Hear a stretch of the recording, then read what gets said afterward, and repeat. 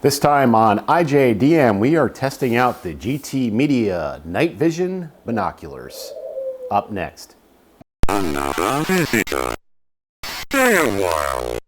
Stay forever. Okay, this video is not sponsored or endorsed by GTMedia. They simply sent me an email.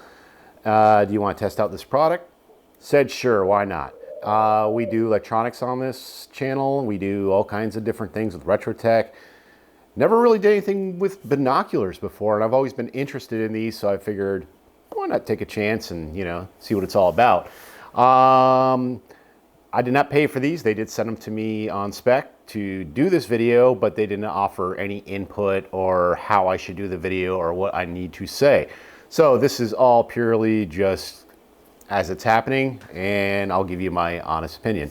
On the box, it just gives you the different information about, it's waterproof, you can mount it on a tripod, which is a nice feature. Hopefully it's a 1/4 inch in there. Wide viewing angle, adjustable IR, day and night, as you can see right here. And this just tells you the different resolutions that it can do.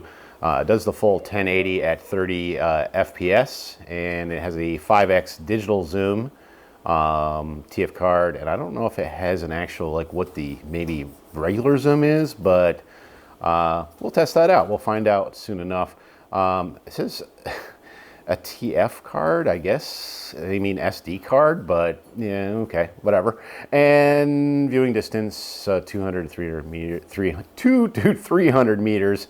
In complete darkness. So we will test out the night vision as well. So let's see what's in the box. Well, the first thing we are greeted with as soon as we open the box is this nice case. I gotta say, I like this case. It looks nice. Got a handle. I would say probably I would like a strap, but I guess I wouldn't be carrying this, maybe just in my backpack or whatever. It's got some weight to it, but the main thing we're looking at here is the binoculars themselves. We're not here to talk about the case. Inside, okay, so we do have, if you want to put them around your neck or whatever, or hang them around your shoulder, you got that. They do give you an SD card, which is nice. They give you a micro SD adapter. It looks like what this might be. I'm not seeing where it's an adapter. I'm sure. Huh. Well, we'll look at that in a second. I guess it plugs in the back, and then of course a cable to connect to your computer. This does not have batteries built in. You actually got to put your own batteries inside the unit. Does include a secondary smaller case, so you don't have to carry this larger case around with you unless you want. Cleaning cloth, some instructions, and so forth. Let's take a look at the goggles. They're binoculars. They actually do sell a set of goggles that you can actually fasten to your head. I opted for these, and this just fell off, and this is probably was stuck on here. Probably just fell off from the heat and so forth, but you want to take that off, otherwise you're going to have some blurry vision there. So the first thing we need to do is get some batteries in this thing. There's 2 battery compartments I can see right here. So what we're going to go ahead and do is stick some batteries in and power this baby on. Okay, I put in, quick edit there, I put in 6 AA batteries. Yeah, this takes a lot of batteries in my opinion. That is fine. I had 6 batteries, so 6 batteries it is. And I guess that'll help ensure it gets the power it needs and so forth. There's a little hatch here on the side that opens up, that's where you put your SD card, which we might as well go ahead and do that now and get that SD card set up. Was it in this bag? Yeah. I should say micro SD card. I prefer the larger ones, but we're trying to keep this in a small form factor, so I never know which way those go in. So just make sure you put it in the right way. And we got the card in there, ready to go. So I have not read the instructions. I'm guessing you look through this, and then, which is funny because on first appearance, and I did kind of glance at the manual, I would think you would look through this end, but it's actually you look through this end. So that's fine. Very cool. All right, power them on. Did it power on? Maybe I gotta hold that for a second or two. Might prevent it from, there it goes. Yeah, you gotta hold it for a second or two. It's probably just so if it gets bumped or something hits against it in your backpack or whatever, you don't want it going on and basically, you know, running your batteries down. You can see the screen in there. You're not going to see much because we need to zoom into something like the birds or whatever. So that being said, we'll just go through the functions and then we'll get this set up, and I'll try to frame the camera so you can actually see what I'm seeing in here. We'll do a couple things with the birds and in the darkness. I would go outside today. I may be able to get a couple shots for you as this video progresses in the edit phase, but right now we are getting some inclement weather here in Florida, so yeah, and I know these say they're waterproof, but I'd rather not test this until the review is completely done. Your zoom function is here, which also I think from what I saw, you hit these two buttons to basically change the mode. Then there's a menu for adjusting different options. And then there's a mode here. I'm trying to hit the mode button. I guess the mode button is maybe for playback, because I do know I read that it said something about, well, let's put it back in this other mode, that if I hit this button, yeah, see it's changing it to IR there. I can tell just because it looks black and white now. And then I would say on my first suggestion just on this, I'd rather have this as a single button rather than having to hit both of them at the same time and trying to get that just right. I guess it is changing modes, I'm just not seeing it because we don't, obviously we need to be in on something rather than looking at the desk. What else we got on here? That's obviously to take your photos or video button there, and then the power button of course is there. Easy enough. And then it has a focus ring on the end on just the one, because I guess this one's the IR and this one's the regular view. Again, I don't know much about electronic binoculars. These are fairly priced. They feel like a decent construction. I mean, they feel like they could take a little bit of a licking. So, but now we're going to be throwing this around on this review. But anyhow, enough rambling. Let's go ahead and get this thing set up and run it through a few tests and see how it does. All right, so far so good. Yeah, I'm seeing the birds nice and clear.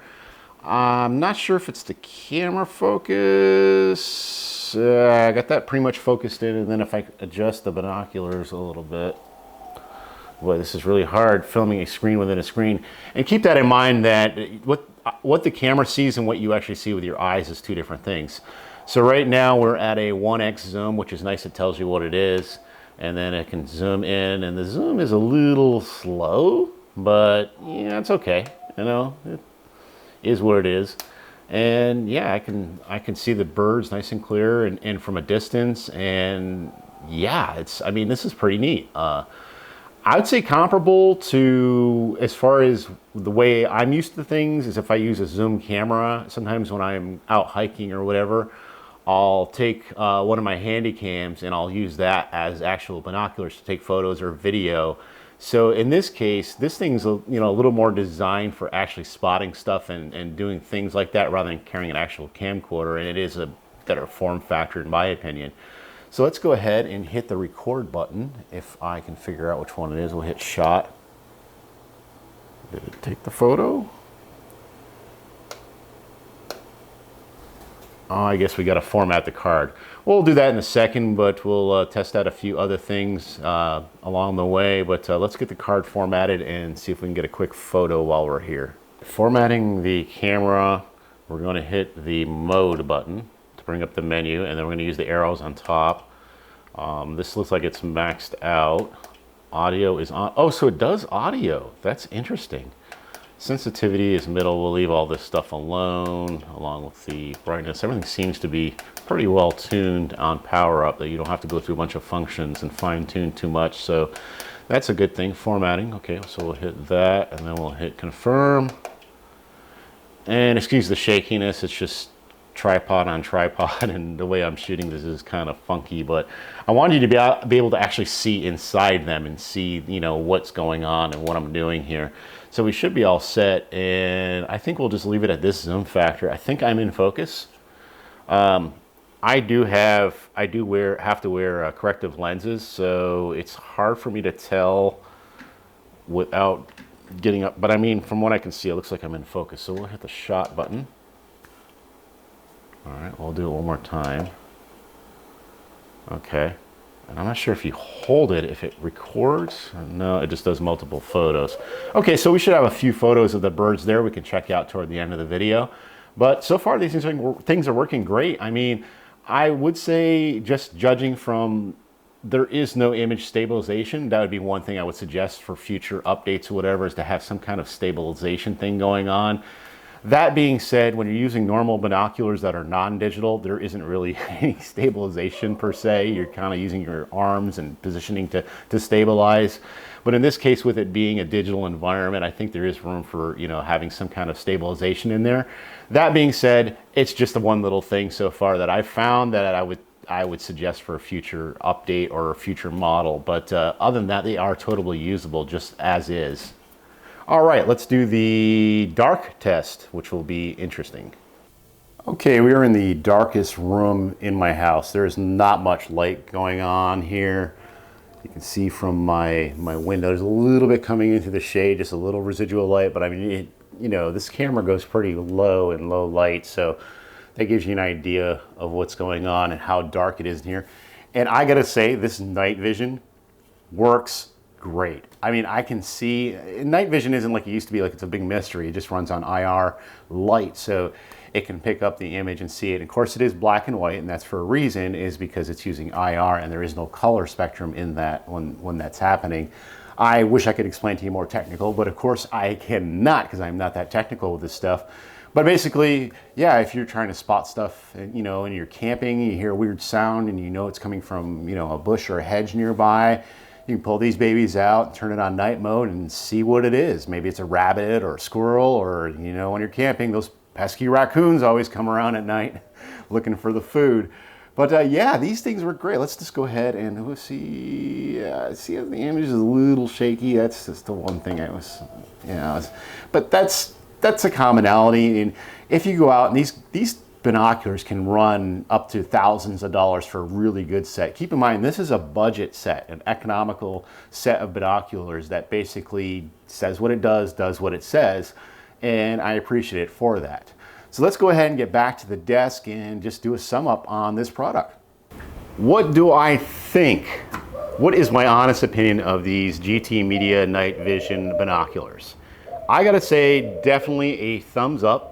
It's a product that, like I said, advertises and does and says what it should do.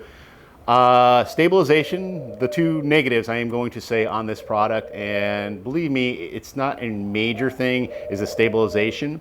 It would be nothing to keep me from buying a pair for myself. The other thing that I am going to say, and this is purely as a disclaimer, is if you wear corrective lenses, you may need to have them on when you're looking through the viewfinder. I find myself, when I put my face up to the viewfinder, my eyes can't adjust, and I wear corrective lenses, and it's just the screen is too close. If there was some way, and this is just a suggestion for further models, to adjust the distance of the screen or to adjust the focus, kind of like a viewfinder and a camera, or a photo camera or a video camera, you can adjust the eyepiece so that even without wearing your corrective lenses, you can get it in focus.